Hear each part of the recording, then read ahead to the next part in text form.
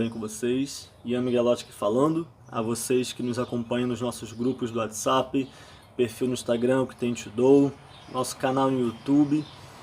Como prometido, ao término da leitura que fizemos do livro de Romanos, de falar brevemente sobre o assunto de predestinação, um assunto muito polêmico, muito discutido, e eu quero trazer algo muito simples, tirar um pouco da confusão que acontece, porque de um lado nós temos uns que entendem que de uma forma, outros que entendem de outra, outros que tentam tirar o assunto da Bíblia, tentam ignorar porque não sabe explicar, então fala que não existe predestinação, mas aí o cara vai ler e vê falar sobre predestinação, né?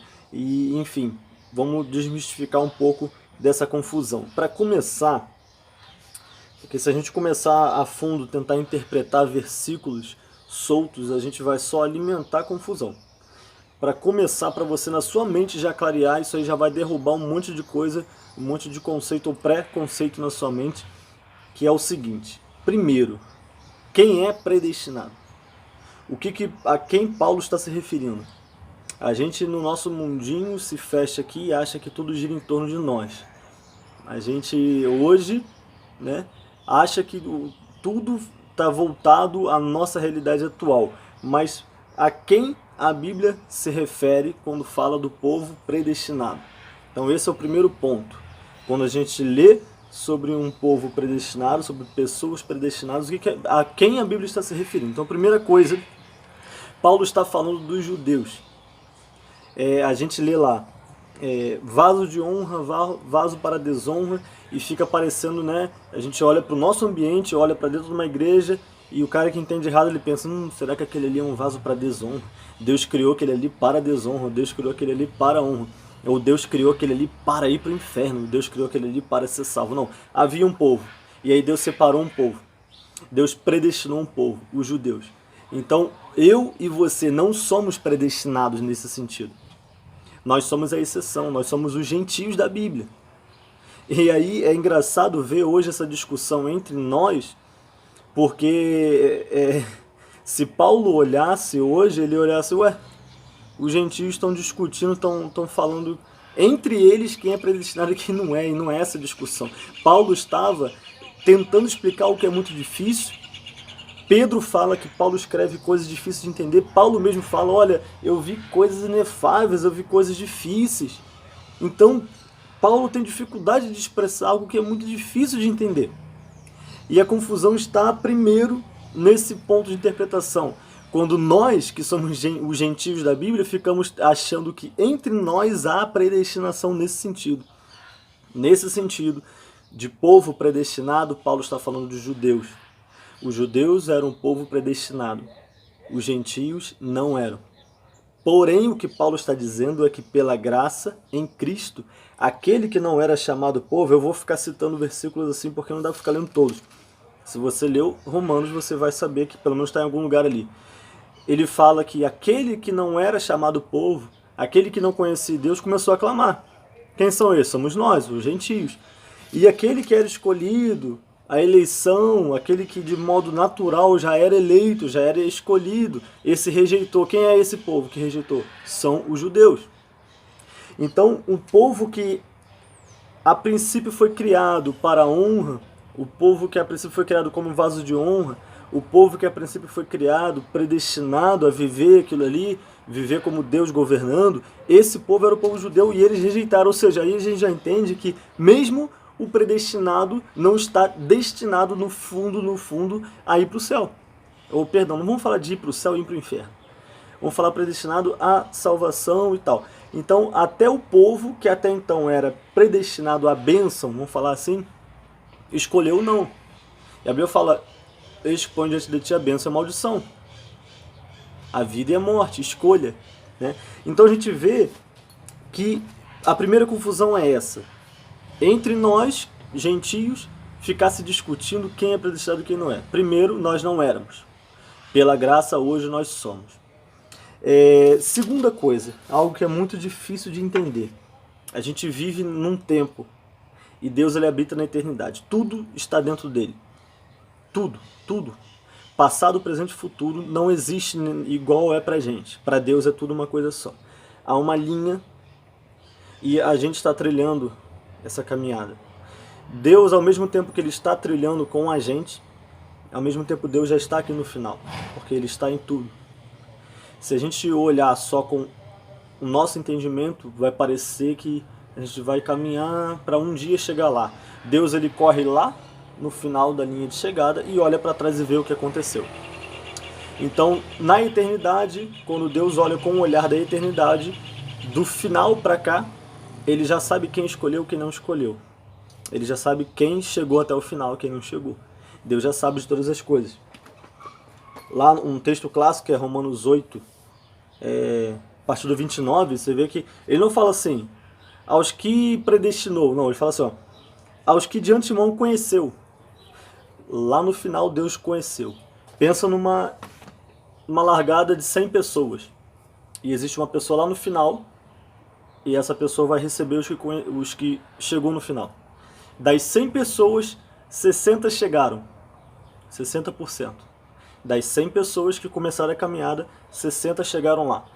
Esse cara que está lá no final, ele vai olhar e vai falar, ó, eu conheci 60, porque 100 não chegaram até aqui. Lá no final, esse cara que está no final, ele vai conhecer os 60 que chegaram na linha, né, de chegada. Aqui Deus fala, o apóstolo Paulo fala, versículo 29, falando de Deus, aos que de antemão conheceu. De antemão, Deus não precisa que a gente chegue lá para Ele conhecer, Ele já está na eternidade. Aos que de antemão conheceu, também os predestinou para serem conformes à imagem de seu Filho, a fim de que ele seja o primogênito de muitos irmãos. Esses que chegaram, que Deus já conheceu, são os filhos, são os irmãos de Jesus. Aos que predestinou, a esses também chamou. Aí ele volta. Ele viu lá.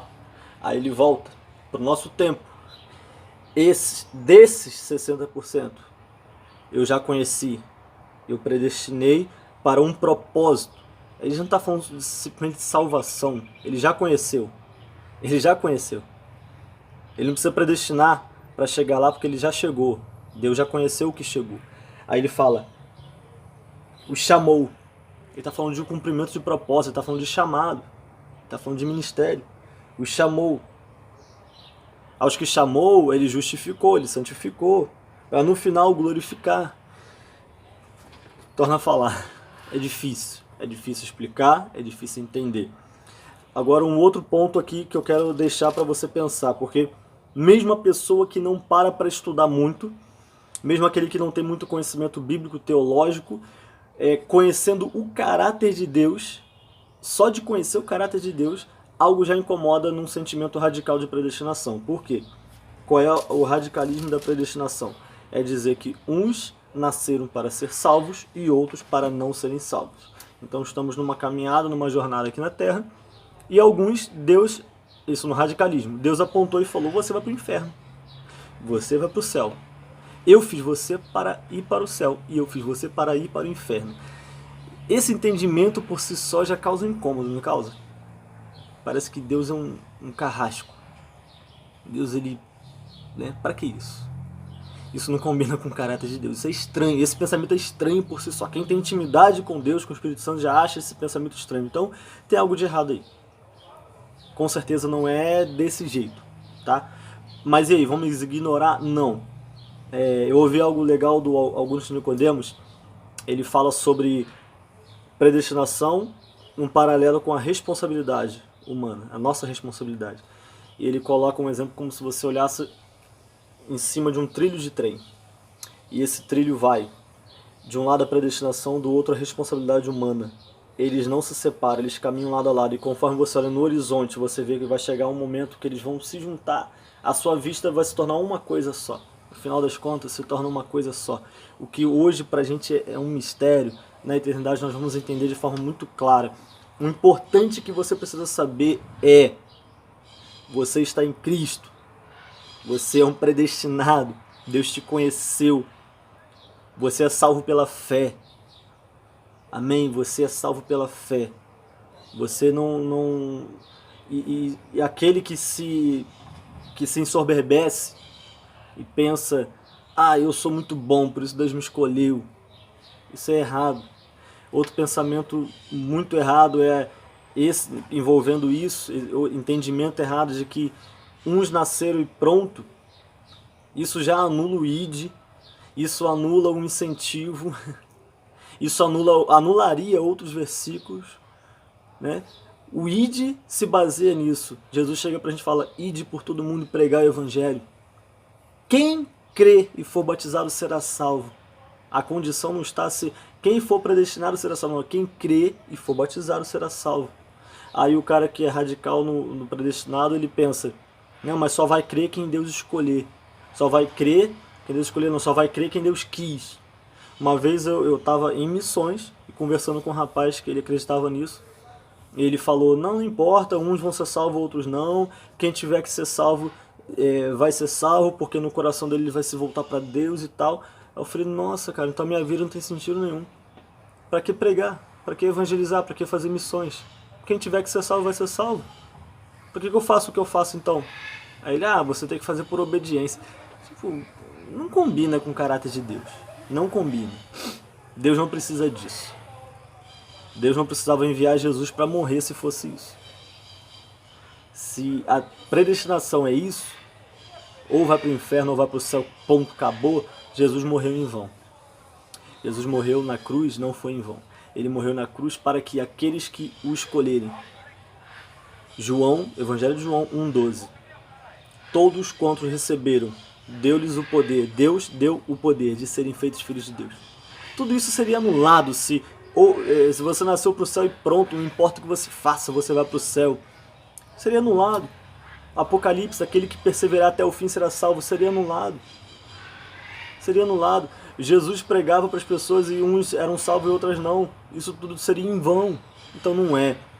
Repito, a predestinação significa: havia um povo predestinado, povo judeu, vaso para a honra. Havia um povo que não era predestinado, vaso para a desonra. Quem são esses? Somos nós. Quando Cristo veio, a graça alcançou a todos. É como se todos hoje fossem predestinados. Todos são predestinados para a salvação. Só que depende dele ouvir o Evangelho. O próprio Romanos 10. Como ouvirão se não há quem pregue? Isso também seria anulado. Isso está sob nossa responsabilidade. Ele fala: todo aquele que invocar o nome do Senhor será salvo. Não é todo predestinado, é todo que invocar o nome do Senhor será salvo. Como, porém, invocarão aquele em quem não creram? Como crerão naqueles de quem nada ouviram? Como ouvirão se não há quem pregue? Como pregarão se não forem enviados?